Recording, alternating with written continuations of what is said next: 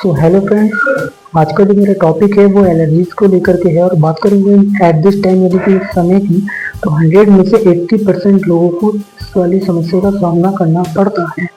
और ये किसकी वजह से होता है? हमारे इम्यून सिस्टम की वजह से होता है। जिसका इम्यून सिस्टम वीक होता है उसको एलर्जीज की समस्या आती है। और ये आती है एनवायरनमेंट के थ्रू, यानी कि जैसा मौसम चेंज होता है उसी के अकॉर्डिंग ये वाले सिम्टम्स देखने के लिए मिलते हैं। तो आज इसी टॉपिक को बहुत ही हम इजी वे में जानेंगे और मैं कुछ सिम्टम्स आपको बताऊंगा और किन किन रीजन की वजह से ये चीज़ होती है वो भी मैं आपको बताऊंगा। वीडियो के लास्ट के कुछ सेकंड में मैं आपको बताऊंगा कि आपको क्या क्या प्रिकॉशंस फॉलो करनी है, क्या चीज़ आपको अवॉइड करनी है, क्या नहीं, क्या आपके लिए बेटर है, क्या नहीं, क्या सजेस्ट करना है, वो सब कुछ मैं इस वीडियो में आज हम जानेंगे। और खास करके ऐसे लोग जिनको पहले से ही एलर्जी है तो please don't miss the video. So before starting my video, myself Saurabh Saxena as a general physician. Let's talk about allergy. So allergy of condition caused by hypersensitivity of the immune system to the something environment that usually little problem in the most common cases. अगर मैं बात करूं allergy की तो ये जो है ना कुछ ही लोगों के लिए बहुत ही ज़्यादा ज़रूरी बन जाते हैं जिनका इम्यून सिस्टम पहले से ही वीक है, यानी कि इम्यूनिटी जो वर्क करता है इंसान के अंदर वो पहले से ही वीक होने की वजह से क्या होता है, ये सिम्टम्स उसको देखने के लिए मिलते हैं। तो अब मैं सबसे पहले इसकी बात करेंगे हम सिम्टम्स की, इसके बाद में बात करेंगे किन किन रीज़न की वजह से होता है, फिर मैं आपको बताऊँगा सेल्फ प्रिकॉशंस आपको क्या क्या फॉलो करने होते हैं। तो पहले अगर मैं सिम्टम्स की बात करूँ तो ये होता है एयरबोर्न एलर्जीज। पहला जो सिम्टम देखा गया है एयरबोर्न का मतलब ये होता है कि एटमॉस्फेयर की वजह से भी उनको क्या ये सिम्टम देखने के लिए मिलते हैं। अभी आप नहीं है, मान लो आप बस से या फिर बाइक से कहीं जा रहे हैं तो पोल्यूशन की वजह से क्या होता है कि एयरबोर्न कुछ बैक्टीरिया हमारे जो है नोज के थ्रू अंदरूनी ऑर्गन्स में चले जाते हैं, जिसकी वजह से क्या होता है एयरबोर्न एलर्जी, उसका भी इफेक्ट हमको देखने जैसे कि धूल मिट्टी से भी हो जाता है, ये भी एक एटमॉस्फेयर का है। तो इस तरीके से क्या होता है, ये भी एक सिम्टम्स होता है फ्रेंड्स कहते हैं एलर्जीज का। अब बात करता हूँ मैं इसके अगले सिम्टम्स की, तो वो है कर्टेन फूड। अगर आप कोई बाहर का खाना खाते हैं तो आपको नहीं पता होता है कि उसके अंदर कार्ब्स कितना है, प्रोटीन्स कितना है, फैट कितना है, फाइबर कितना है और कितना आपको मिनरल्स वगैरह लेना है, तो वो चीज़ आप डिपेंड नहीं करता।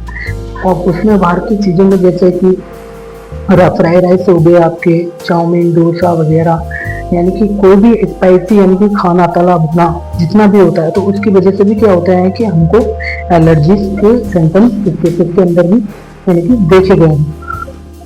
तो अभी मैं बताऊंगा कि आपको क्या क्या प्रिकॉशन फॉलो करने हैं। अभी तो मैं आपको सिर्फ सिम्टम्स ही बता रहा हूँ। अब नेक्स्ट सिम्टम्स की अगर मैं बात करूँ कर्टेन फूड्स के बाद में, तो होता है इंसेक्ट स्टिंग, या फिर किसी जहरीली चीज ने आपको काट लिया या फिर डंक मार दिया हो, तो उसकी वजह से भी क्या होता है कि हमको एलर्जीज के सिम्टम यानी कि देखने के लिए मिलते हैं। चाहे वो कोई सी भी चीज ने आपको इंजेक्ट किया हो किसी भी जगह पे, तो उसकी वजह से क्या होता है कि हमें ये वाला सिम्टम देखना। अब बात करते हैं उसके नेक्स्ट सिम्टम्स की, तो वो होता है मेडिकेशन। मेडिकेशन का मतलब ये होता है कि अगर आपने कोई सी भी दवाई खाई है और उसका आपको एंटी रिएक्शन अगर हुआ है कभी भी, तो उसकी वजह से भी क्या होता है कि आपको एक एलर्जी की प्रॉब्लम बन जाती है। मेडिकेशन में बात कर लेते हैं पेन किलर्स अगर आपने खाए हैं, या फिर कोई इस तरीके का एंटीबैक्टीरियल, या फिर हैवी डोज किसी का भी हो जाना, या फिर कभी आपको ब्लड वगैरह कोई चढ़ा हो खून की वजह से, इनको किसी भी चीज़ का कोई इन्फेक्शन अगर आपको रहा है तो आपने दवाई खाई है, तो उसकी वजह से भी एलर्जी के ये वाला सिम्टम्स भी देखा गया।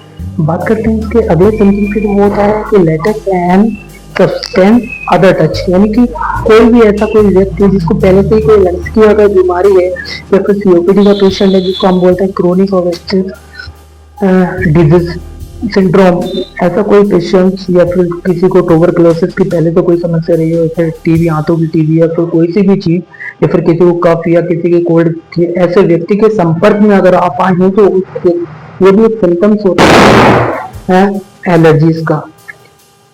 अभी मैंने आपको सिम्टम्स इसके बता, बात करते हैं किन रीजन की वजह से होता है, किन किन केसेस के अंदर ये एलर्जीज को देखा जाता है। तो मेनली अगर मैं डिपेंड करूँ तो स्किन डिजीज यानी कि चेहरे पे दाने दिखाई देते हैं, जिसे हम पिंपल्स वगैरह बोलते हैं। तो लाल दाने पे ऐसा करके रेडनेस हो जाना, ये एक केस होता है इसका। और दूसरे अगर मैं केसेस की बात करूँ तो वो दूसरा होता है इसका नोजिया, जैसे कि ये निचलाना, उल्टी जैसा आना, यानी कि जिसे मैंने पिछली वीडियो में बताया गैस्ट्रोइंटेस्टाइनल एसिड रिफ्लक्सेशन का यानी कि हो जाना। तो इस केसेस के अंदर भी क्या होता है, ये चीज़ देखी गई है। और तीसरा होता है हेडक, यानी कि बहुत ज़्यादा आपके सर में सीवियर तरीके से यानी कि हेडक आपको रहता है, जैसे कि अंदरूनी फीवर भी बोलते हैं। तो इन केसेस के अंदर भी क्या होता है, एलर्जीज को देखा गया है। सारा का सारा क्या प्रभावित करता है हमारे इम्यून सिस्टम पर। अब बात करते हैं इसकी अगली, तो रनिंग नोज का होना, यानी कि नाक का बहना, काफ़ी यानी कि खांसी जैसा हो जाना, ड्राई काफ़ी हल्की खांसी हो जाना। तो ये सारे के सारे केसेस के अंदर भी एलर्जीज को देखा गया है।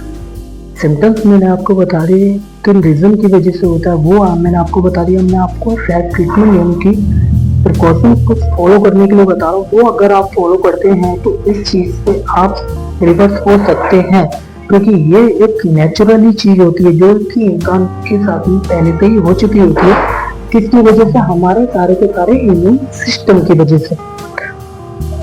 तो सेल्फ ट्रीटमेंट में आपको क्या लेना होगा, अगर आपको जैसे ही मौसम चेंज होता है, अगर आपको खांसी होती है तो तुरंत या तो कोई ऐसा कोई कफ सिरप आपको ले लेना, जैसे कि सिनारेक्स वगैरह हो गया, उसके अंदर क्लोरोफेनिकॉल भी होता है, क्लोरोफेनारामिन भी होता है। तो वो सिरप आप यूज़ कर सकते हैं सेल्फ ट्रीटमेंट के तौर पे।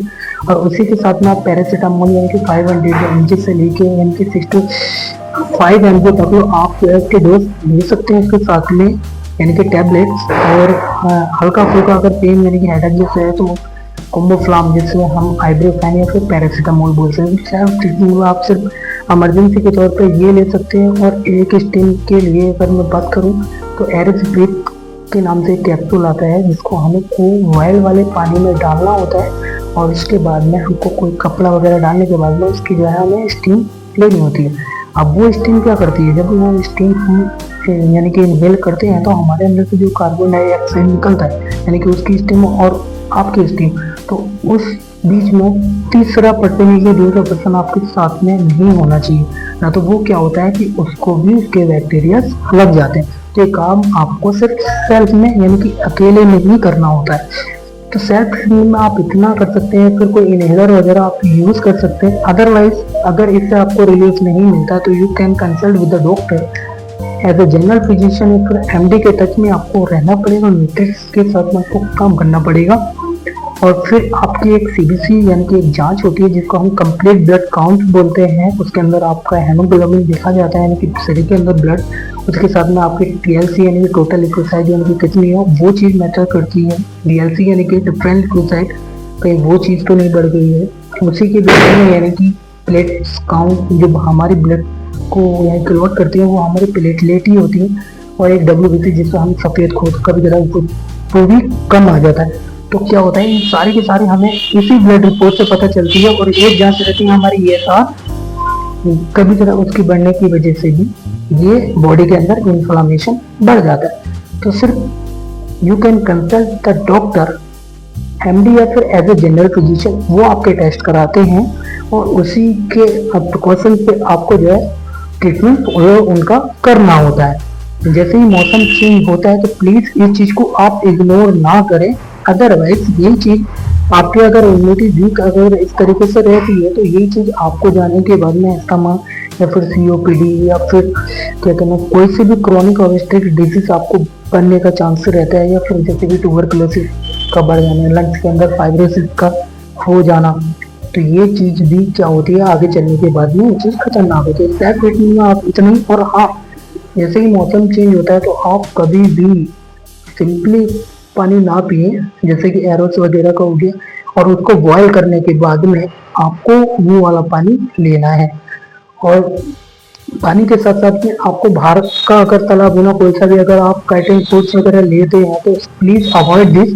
और आप सिर्फ घर का ही खाना खाइए, जिसके अंदर आपको मिलेगा कार्बोहाइड्रेट, फैट, फाइबर, मिनरल्स, सारे के सारे इसके अंदर आपको मिलेंगे। तला भुना यानी कि बिल्कुल भी आपको कम करना होता है। उसकी वजह से क्या होता है कि आपको जितने भी गट हेल्थ यानी कि एसिड रिफ्लक्सेशन की भी दिक्कत होती है तो वो भी चीज़ आपकी नॉर्मल हो जाती है। सिर्फ होती है सिर्फ घर के खाने से। बट एक कार्बोहाइड्रेट्स को आपको मॉडिफाइड करना होता है किसके अंदर, फैट्स, प्रोटीन, फाइबर्स के अंदर, और आपको मिनरल्स की मात्रा ज़्यादा बढ़ानी होती है। कि मिनरल्स क्या होता है, यानी कि हमारी बॉडी के अंदर जो फ्लूइड्स की कोई भरपाई करता है। तो आपको इन 5 फैक्टर्स पे ही काम करना होता है, कार्बोहाइड्रेट, फैट, फाइबर्स, प्रोटीन और मिनरल्स, जो कि हमारी बॉडी को क्या देते हैं, एनर्जी। तो सिर्फ यही एक प्रिकॉशंस के तौर पे होता है, जो कि आपको गट हेल्थ या फिर ऐसे रिफाइनिंग समस्या से भी। और जब भी, हाँ गाइस, अब जब भी सवेरे को अगर उठें तो आप 5 दिन की शुरुआत अपने पानी के साथ कीजिए। उसके बाद में फिर 10 से 15 मिनट आपको मेडिटेशन करना है, यानी कि एक आंख बंद करके और पालती मार के, और उसके बाद में क्या होता है, अपने डेली का एक शेड्यूल बनाना है। अदरवाइज ये चीज़ से आप रिवर्स हो सकते हैं। Otherwise, you can consult with the doctor, and after that he will decide that what to do, what not to. So I hope you have understood my videos about the allergy, and then take care. Bye bye guys.